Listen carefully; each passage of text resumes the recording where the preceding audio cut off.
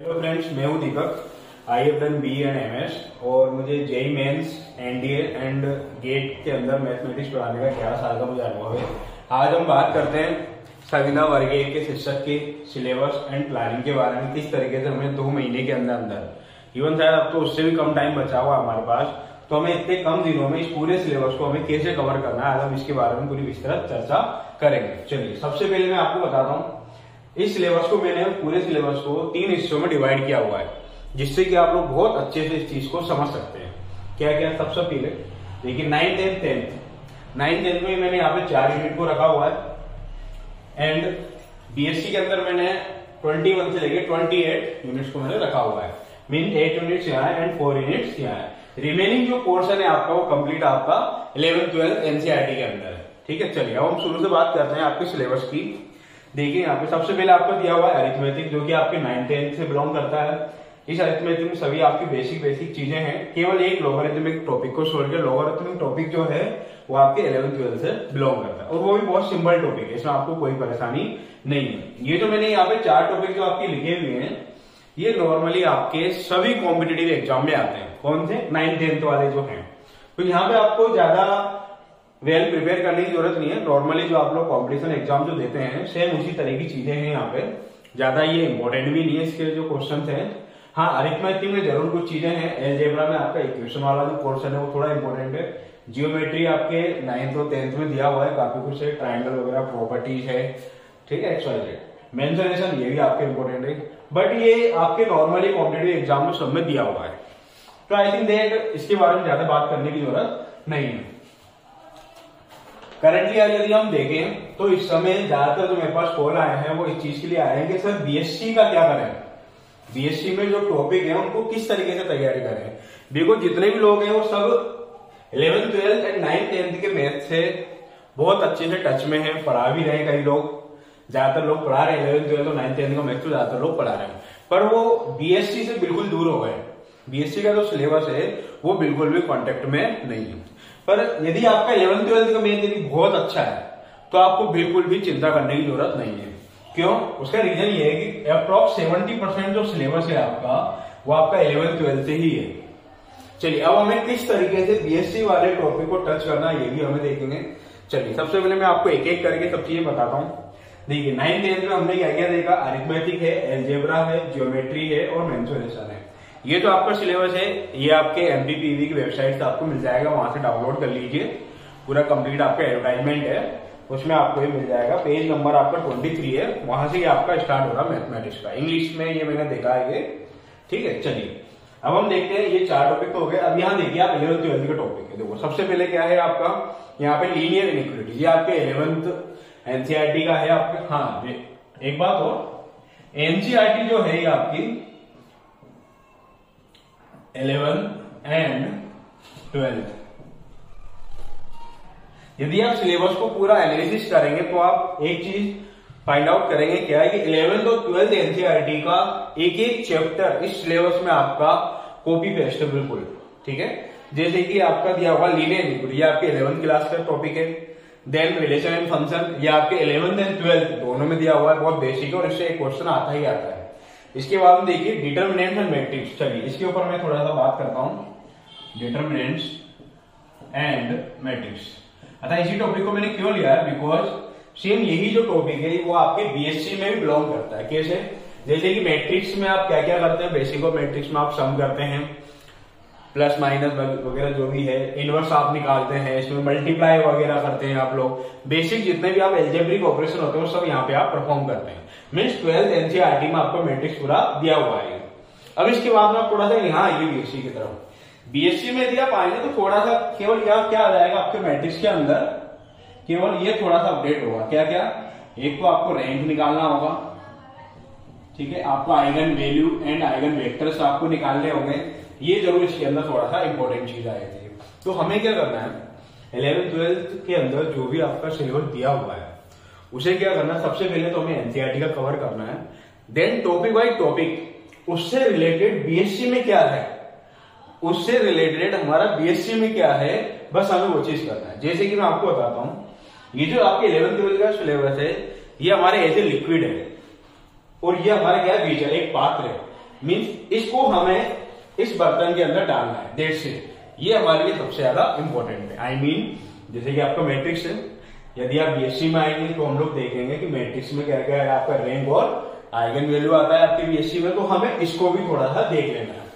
Rank हमें कैसे निकालना, बहुत सिंपल टॉपिक है। आइगन वैल्यू, आइगन वेक्टर, ये भी बहुत सिंपल है। देन आपका बीएससी का टॉपिक कवर हो गया एंड हियर आल्सो कंप्लीटेड। इसी तरीके से हम लोग आगे आते हैं।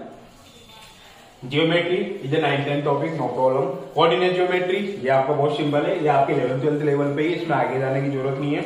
हाँ, नाउ है आपका स्केलर एंड वेक्टर क्वांटिटी, ये आपका बिल्कुल बेसिक टॉपिक है, 12th एनसीईआरटी में दिया हुआ है, लास्ट का चैप्टर है ये आपका, ठीक है। इसी के अंदर यदि हम लोग देखें तो वेक्टर के अंदर यदि आप लोग बीएससी का यदि आप टच लेना चाहते हैं, जो कि आपके इसके अंदर कहां दिया हुआ है, ये आपका इसके अंदर दिया हुआ है। यदि आप देखेंगे सबसे लास्ट में जो है, लास्ट वाला पेज है आपका 22, वेक्टर एनालिसिस एंड ज्योमेट्री। देखिए वेक्टर, इसी का यदि हम लोग यहां पे देखें, वेक्टर एनालिसिस एंड ज्योमेट्री, ठीक है। अब इसमें क्या क्या आपका इंपॉर्टेंट है, देखिए यहां पे हमें क्या करना है, आपने बेसिक और वेक्टर पूरा पढ़ लेंगे आप, डॉट प्रोडक्ट, क्रॉस प्रोडक्ट, ये सब चीज आप इसमें देखेंगे, ठीक है। डॉट प्रोडक्ट हो गया आपका, dot product, cross product and इसकी प्रॉपर्टी, यहीं पे आता है आपका प्रॉपर्टी के अंदर क्या क्या आएगा। देखिए सबसे पहले आपका आता है ग्रेडियंट, फिर आता है आपका डाइवर्जेंस, फिर आता है आपका कर्ल। 3 बेसिक चीज होगी, इन्हीं 3 के बेसिक पे आपका क्या आता है, 3 थ्योरम आ जाती, कौन कौन सी, Green theorem, Stokes theorem and Gauss theorem. ये 3 थ्योरम आपकी इसमें दी हुई है। यदि आप देखिए पहली लाइन में देखिए, वेक्टर इंटीग्रेशन में दिया हुआ है आपका, सबसे पहले देखो आपका ग्रेडियंट, डाइवर्जेंस, कर्ल, ये वेरी इंपॉर्टेंट है, ये इसी को आपका डिफाइन कर रहे हैं आपका।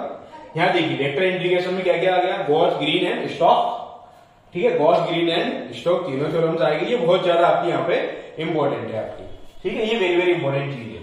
तो आपने वेक्टर वगैरह पढ़ा, अब इसी का बीएससी टच क्या हो जाएगा आपका, ये हो जाएगा, ठीक है। बेसिक आपने कवर कर लेंगे तो ये आप इसको इजीली कर सकते हैं। यहाँ पे कुछ भी नहीं है, ये आपके इंटीग्रेशन से डिफरेंशिएशन में कन्वर्जन है। यदि किसी ने फिजिक्स में कुछ पढ़ा होगा तो इसमें डेफिनेटली पढ़ा होगा आपने, ठीक है। और ये बहुत ही इजी चीज है, यहाँ पे कोई परेशानी वाली बात नहीं है, ठीक है। आगे हम लोग इस पे और वीडियो बनाएंगे, इसको हम लोग इसको पूरा एक्सप्लेन करेंगे, ठीक है। फिलहाल हम लोग आते हैं वेक्टर एंड के अंदर। हम लोगों ने क्या देखा, gradient, divergence, curl, green, Stokes, Gauss theorem, ये 3 थ्योरम है, 3 बेसिक चीजें हैं देश से। चलिए अब हम आते हैं नेक्स्ट। यदि हम लोग नेक्स्ट यदि हम देखें तो मेंसुरेशन, ये आपके 11th-12th, ये सॉरी 9th-10th का आपका टॉपिक है। नेक्स्ट आता है आपका trigonometry, that is very very important. Why, because trigonometry is use in the calculus also, whole calculus. इस कैलकुलस इज ऑलमोस्ट 30% के अंदर आपकी ट्रिग्नोमेट्री यूज हो सकती है, इसलिए बेसिक ट्रिग्नोमेट्री को आपको बहुत अच्छे से करना है, ठीक है। ट्रिग्नोमेट्री के आपके कम से कम 2 से 3 क्वेश्चन आना ही आना है, इससे ज्यादा ही आ सकता है, इससे कम नहीं आएंगे, ठीक है। सबसे पहले देखिए आपका ट्रिग्नोमेट्री ये बहुत ज्यादा इंपॉर्टेंट है, आपकी 11th में है, 12th में है और 10th में भी इसका पोर्शन है कुछ। तो ट्रिग्नोमेट्री को आपको वेल प्रिपेयर करना है, बहुत अच्छे से आपको प्रिपेयर करना है। चलिए अब इसके अंदर थोड़ा सा अपन एडवांस आते हैं। एडवांस किस तरीके से आएंगे, हम लोग आते हैं 12th के अंदर। 12th में आप लोग क्या पढ़ेंगे, इनवर्स ट्रिग्नोमेट्रिक फंक्शन पढ़ेंगे आप 12th के अंदर।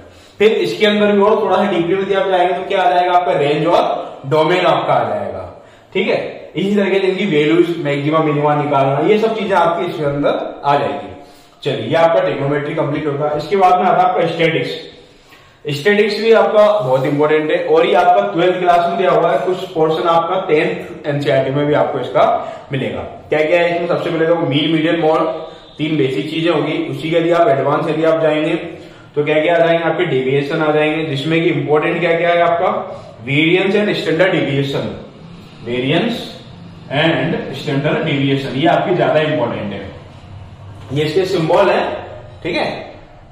ये स्टैंडर्ड डेविएशन और ये आपके वेरिएशन का ये आपका सिंबल है, ठीक है। इसके ये थोड़ा सा इंपॉर्टेंट है आपका। इसके बाद में देखिए आपका डिस्ट्रीब्यूशन है, ठीक है। फ्रीक्वेंसी डिस्ट्रीब्यूशन आपका यहाँ पे आ जाएगा। हाँ, वेरी वेरी इंपॉर्टेंट टॉपिक है आपका यहाँ पे, या permutation and combination and probability. इसी के अंदर यदि हम थोड़ा सा हम लोग अपडेट करें प्रोबेबिलिटी के अंदर, तो आप लोग देखेंगे कि हमारे बाइनोमियल जो आपका डिस्ट्रीब्यूशन है, बाइनोमियल फ्रीक्वेंसी डिस्ट्रीब्यूशन है, वो भी आपका इसी के अंदर आता है। यदि आपको इसके लिए आपको क्या करना होगा, प्रोबेबिलिटी के लिए 12 एनसीईआरटी में जो भी आपको दिया हुआ है उसे वेल प्रिपेयर करना है आपको। प्रोबेबिलिटी के अंदर जो स्टैटिस्टिक्स वगैरह काफी सारी चीजें आ गई है। 12 एनसीईआरटी के अंदर जो लास्ट वाला आपका चैप्टर है, लास्ट से फर्स्ट, तो उसे आपको वेल प्रिपेयर करना है। इसी के अंदर आपकी सब चीजें आ गई हैं, ठीक है। यहाँ पे सभी चीजें आ गई, डिस्ट्रीब्यूशन वगैरह जो भी है वो सब चीजें यहाँ पे आएगी। यहाँ पे 3 तरह की प्रोबेबिलिटी है इसके अंदर। जब आप पढ़ेंगे तो आप इसको अच्छे से एनालिसिस कर पाएंगे, और ये बहुत ज्यादा इंपॉर्टेंट है, डेफिनेटली इसका क्वेश्चन आता ही आता है। चलिए यदि हम लोग आगे चले थोड़ा सा, इसमें मैथमेटिकल रीजनिंग, ये आपके 11th एनसीईआरटी का 14 चैप्टर है।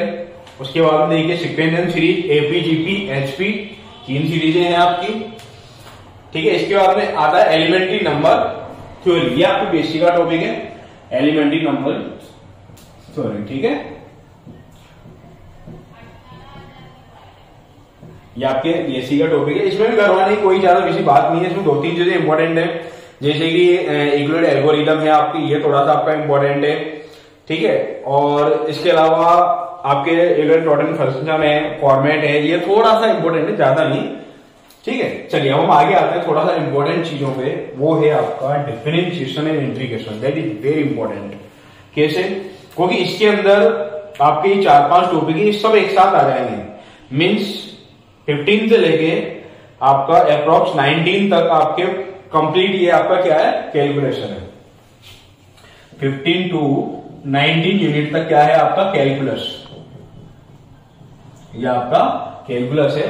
चलिए सबसे पहले तो हमें क्या करना है, 12th एनसीईआरटी में जो भी आपका दिया हुआ है कंप्लीट कैलकुलस, 12th में ही है ये आपका एनसीईआरटी मिलेगा। 12th एनसीईआरटी में जो आपका कैलकुलस दिया हुआ है, सबसे पहले आपको उसे वेल प्रिपेयर करना है। चलिए अब हम क्या करते हैं, इसी के अंदर से हमें यहां पे टच करना है बीएससी के अंदर। कैसे? जैसे कि देखिए सबसे पहले यदि आप लोग अपने सिलेबस यदि ध्यान से देखेंगे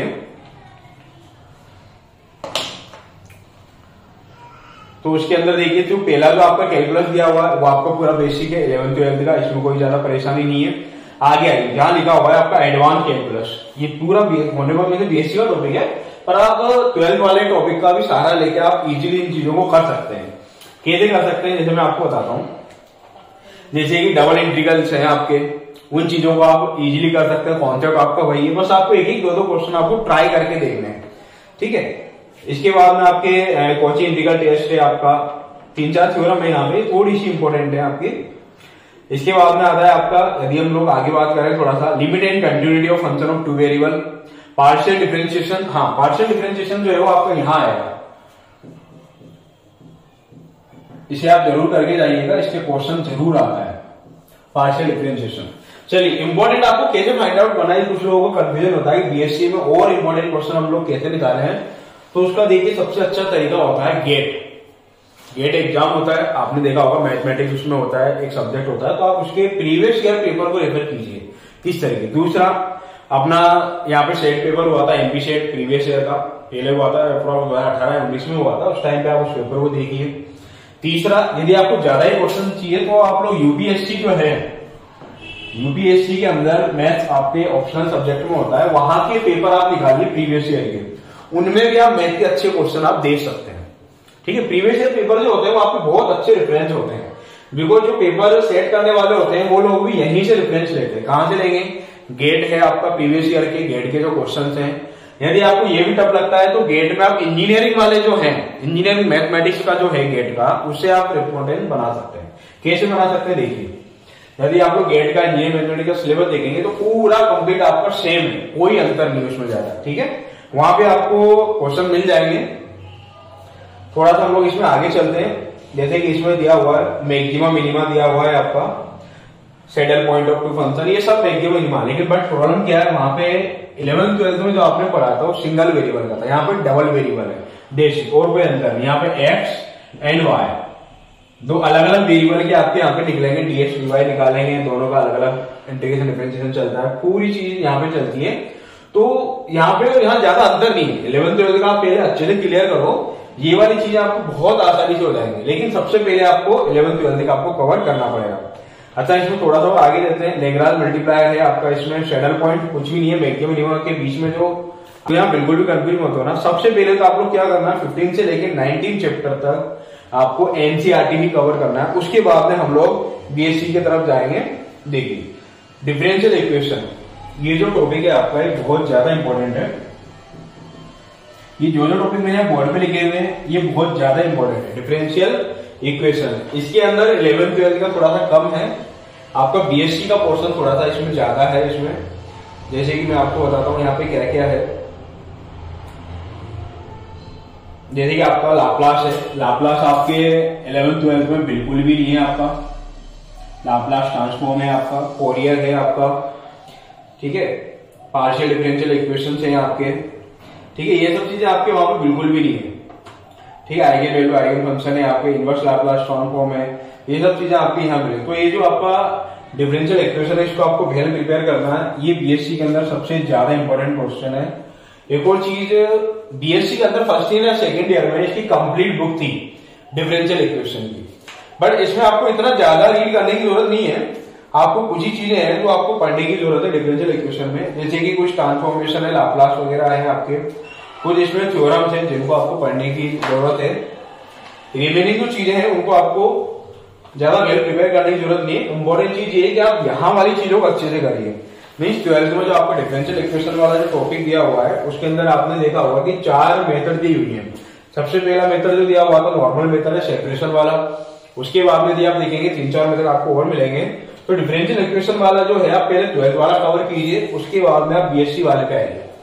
ठीक है, चलिए अब हम देखते हैं नेक्स्ट। इसमें है आपका mathematical induction and binomial theorem. ये आपका 11th एनसीईआरटी का 4th चैप्टर है एंड 8th चैप्टर आपका बाइनोमियल थ्योरम है। लीनियर प्रोग्रामिंग ये आपके 12th का एनसीईआरटी से लास्ट से 2nd चैप्टर है। ये आपका बहुत इजी टॉपिक है आपका ये। चलिए अभी तक हमने एनालिसिस किया ये आपका 12th तक का। अब 21 से लेके 28 मिनट तक ये जो आपकी कंप्लीट जो चीजें हैं ये सब क्या है आपकी बीएससी की। बीएससी में सबसे ज्यादा इंपॉर्टेंट देखिए कहाँ कहाँ आता है आपकी बीएससी में। एक और चीज है जहां पे सब लोग परेशान रहते हैं, वो है आपका डिस्क्रीट मैथमेटिक्स। इसको हम लोग पूरे कंप्लीट एरिया हम लोग बोले, इसको बोलते हैं डिस्क्रीट मैथमेटिक्स।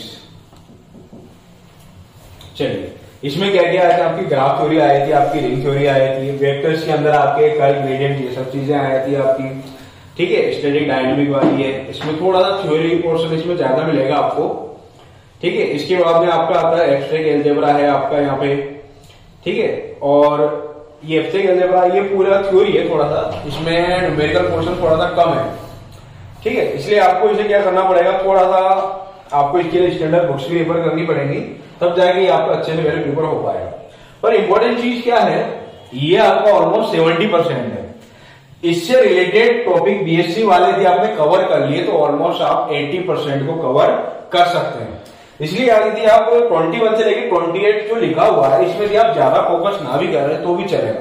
बस आपको क्या करना है, 11th 12th में जितने भी टॉपिक दिए हुए हैं उनसे रिलेटेड बीएससी में जो जो आपने पढ़ा हुआ है उसी को यदि आप थोड़ा सा वेल प्रिपेयर कर लें तो भी आपका काम चल जाएगा। जैसे कि आपका मैट्रिक्स है, मैट्रिक्स से आपका रैंक वाला क्वेश्चन आना ही आना है, आइगन वैल्यू वाला क्वेश्चन आपका आना ही आना है।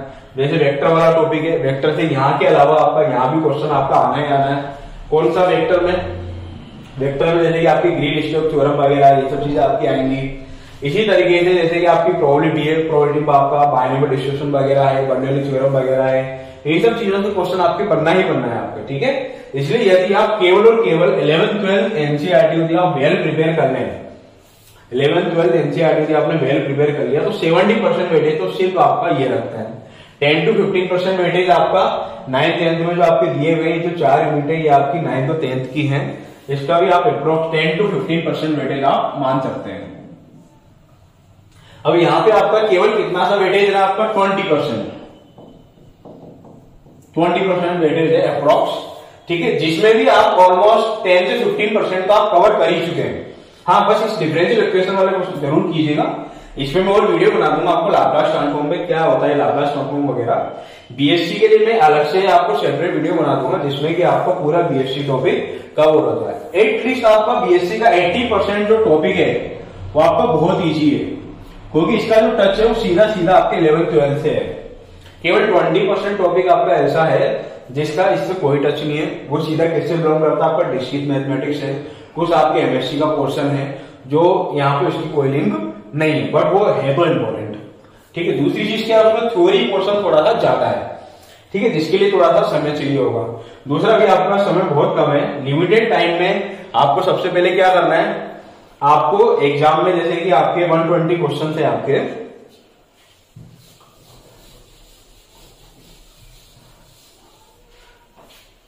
120 क्वेश्चन आपके टोटल है। यदि आप लोग थोड़ा सा यदि आप ध्यान दें, ये ज्यादातर स्टूडेंट के कॉल आए बीएससी के कारण, बिकॉज उनका यही कहना था कि हम लोग बीएससी से बिल्कुल भी टच में नहीं है, बिकॉज हम लोग अभी 11th 12th वालों को पढ़ा रहे हैं। कुछ लोगों का कहना है कि हम लोग 9th 10th वालों को पढ़ाते हैं, बट बीएससी से कोई भी कॉन्टेक्ट में नहीं है। तो बिल्कुल भी परेशानी वाली बात नहीं है, आप बस इतना देखिए बीएससी से मैक्सिमम यदि इंडिविजुअल यदि आप देखें तो मैक्सिमम 10 क्वेश्चन आ सकते हैं, इससे ज्यादा संभव ही नहीं है, पॉसिबल है ही नहीं। 10 to 15 क्वेश्चन आपके आएंगे 9th 10th वाले मैटर से, एंड रिमेनिंग जो आपके क्वेश्चन है अप्रोक्स 90 to 100 ये क्वेश्चन आएंगे आपके 11th 12th एनसीईआरटी से, ये 9th and 10th, this one is BSc.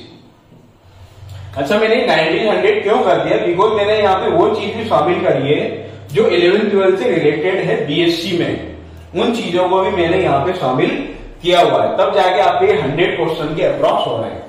यदि आप इनको थोड़ा सा यदि आप मिला लें तो कुछ ही क्वेश्चन आपके रहेंगे, 5 से 10 ही क्वेश्चन ऐसे रहेंगे जिन्हें आप अटेम्प्ट ना कर पाए बिकॉज ऑफ डिस्क्रीट मैथमेटिक्स, जो कि आपका थ्योरी पोर्शन है, उसमें काफी कुछ यदि आप उन 1-2 पोर्शन यदि आप छोड़ दें तो इस पूरे टॉपिक को आप अच्छे से कवर कर सकते हैं। मैक्सिमम टू मैक्सिमम आप 45 से 50 डेज में इस पूरे सिलेबस को आप कवर कर सकते हैं, इसमें कोई परेशानी वाली आपकी बात नहीं है। चलिए मैं आपको थोड़ा सा समरी करवा देता हूं किस तरीके से हमें तैयारी करनी है। देखिए, सबसे पहले हमें क्या करना है, 9th 10th के टॉपिक आई थिंक ऑलमोस्ट सभी को रीड होंगे, इसमें कोई परेशानी वाली बात नहीं है। ठीक है, 9th 10th ऑलमोस्ट, बिकॉज ये सभी कॉम्पिटिटिव एग्जाम में भी आती है सब चीजें, ऑल कॉम्पिटिटिव एग्जाम का भी यही सिलेबस है आपका, इसलिए यहाँ तो हमें ज्यादा बात करने की आवश्यकता नहीं है। आप तो यहाँ देखिए 11th 12th एनसीईआरटी में। चलिए 11th 12th एनसीईआरटी में क्या करना है, आपको सबसे पहले 11th की एनसीईआरटी आप कवर कीजिए, बिकॉज 12th एनसीईआरटी ऑलमोस्ट ज्यादातर लोगों को आती है, लेकिन 11th एनसीईआरटी से कॉम्पिटिशन क्रिएट होता है। तो आप 11th एनसीईआरटी को वेल प्रिपेयर कीजिए, उसके बाद में आप 12th एनसीईआरटी को कवर कीजिए। जब ये कवर हो जाए तो 12th एनसीईआरटी से रिलेटेड जो जो टॉपिक आपके यहाँ पर है उनसे रिलेटेड आप बीएससी वाले क्वेश्चन कीजिए। बस इंडिविजुअली बीएससी आपको रीड करने की आवश्यकता नहीं है, यहाँ वाले जो टॉपिक है उनसे रिलेटेड टॉपिक को ही आप यहाँ पे कीजिए। जैसे कि मैंने आपको एक उदाहरण दिया था, it is just a liquid and BSc is a vessel, means एक पात्र है, आपको इस पात्र में क्या करना है, इस लिक्विड को डालना है, कैसा शेप होगा जैसा ही वेसल होगा, दैट शेप। मीन्स ये आपका एक कॉन्सेप्ट है, इस कॉन्सेप्ट को आपको किस तरीके से यूज करना हो यहाँ पे बीएससी में चीजें हैं। जैसे कि आपका मैट्रिक्स है, जैसे कि मैट्रिक्स में इंपॉर्टेंट क्या होता है, आपका मैट्रिक्स में आपका इंपॉर्टेंट है रैंक वगैरह निकालना, रैंक है आपका आइगन वैल्यू है, ये थोड़ा सा यहाँ पे इंपॉर्टेंट है, पर ये है तो मैट्रिक्स का ही, इसी के कॉन्सेप्ट यूज होंगे इसमें। इसी तरीके से वेक्टर है आपका, यहाँ पे कर्ल है, डाइवर्जेंस, ग्रेडियंट, 3 आपकी थ्योरम है, Stokes theorem, Gauss theorem, Stokes theorem है आपकी, गॉस थ्योरम है, यहाँ पे ग्रीन थ्योरम है आपकी। ठीक है, ये 3-4 आपकी थ्योरम है, थोड़ा सा इंपॉर्टेंट है आपका, ये आपका स्टैटिक्स के अंदर है। चलिए, और एक और इंपॉर्टेंट टॉपिक आपका डिफरेंशियल इक्वेशन, जो मैंने यहाँ बताया था बीएससी के अंदर मैंने ये चीजें, इन टॉपिकों का थोड़ा सा आपको बीएससी वाला देखना है, बाकी किसी टॉपिक में कोई परेशानी नहीं है। आप पूरा 11th 12th एनसीईआरटी कवर कीजिए, आपके पूरे क्वेश्चन यदि आप प्रीवियस ईयर का यदि आप पेपर देखेंगे वर्ग 1 का, तो उसमें ज्यादातर चीजें यहीं से ली हुई है, बीएससी वाले पोर्शन से बहुत कम क्वेश्चन है। ठीक है, यदि आपको फिर भी यदि आपको चाहिए कि नहीं हमें बीएससी ही प्रिपेयर करना है, तो आप लोग क्या कह रहे हैं, गेट एग्जाम जो है आपका, गेट के आप प्रीवियस ईयर को आप पेपर करें। ठीक है, प्रीवियस ईयर के जो पेपर हैं आप उनको देखें। यदि आपको और भी अच्छे से करना है तो यूपीएससी के पेपर निकाल लें, यूपीएससी की वेबसाइट पे आपके हैं, जिसमें ऑप्शनल में आपका मैथ्स होता है। ठीक है, आप उसके पेपर निकाल सकते हैं, पर ये बहुत बेस्ट है, इससे बेस्ट कुछ भी नहीं है। ठीक है, आप इससे आप अपना पूरा रेफरेंस निकाल सकते हैं, इसमें कोई परेशानी नहीं है आपकी। ठीक है, चलिए अब हम अगले वीडियो में हम लोग क्या करेंगे, 1 by 1 हम लोग पूरे कॉन्सेप्ट को हम लोग एक्सप्लेन करेंगे इन सब चीजों में। उसके बाद में मैं आपको बीएससी वाला भी आपको कर दूंगा, बिकॉज ज्यादातर कॉल मुझे बीएससी के कारण आए हुए हैं, क्योंकि वो बीएससी से बहुत कम कॉन्टेक्ट में है। हम लोग बीएससी में भी जो जो इंपॉर्टेंट टॉपिक है उनको सबको मैं कवर करवा दूंगा। 80% बीएससी का जो सिलेबस है वो आपका 12th से ही लिंक है, इसलिए बहुत आसान है, बिल्कुल भी चिंता करने की इसमें आपको जरूरत नहीं है। ठीक है, चलिए अब हम अगली वीडियो में मैं आपको 12th की काफी सारी चीजें, कुछ इंपॉर्टेंट टॉपिक और बताऊंगा मैं आपको जो कि आपके बीएससी से रिलेटेड है। उसके लिए मैं आपको सेपरेट एक वीडियो और बना दूंगा, इससे आपको सब चीजें क्लियर हो जाएंगी। यदि आपको ये वीडियो अच्छा लगा हो तो इसे लाइक कीजिए एवं सब्सक्राइब कीजिए, जिससे कि हम लोग मोटिवेट हो सके, हमारी टीम जो है पूरी मोटिवेट हो सके अगले और भी अच्छे वीडियो बनाने के लिए। आप सभी का बहुत बहुत धन्यवाद।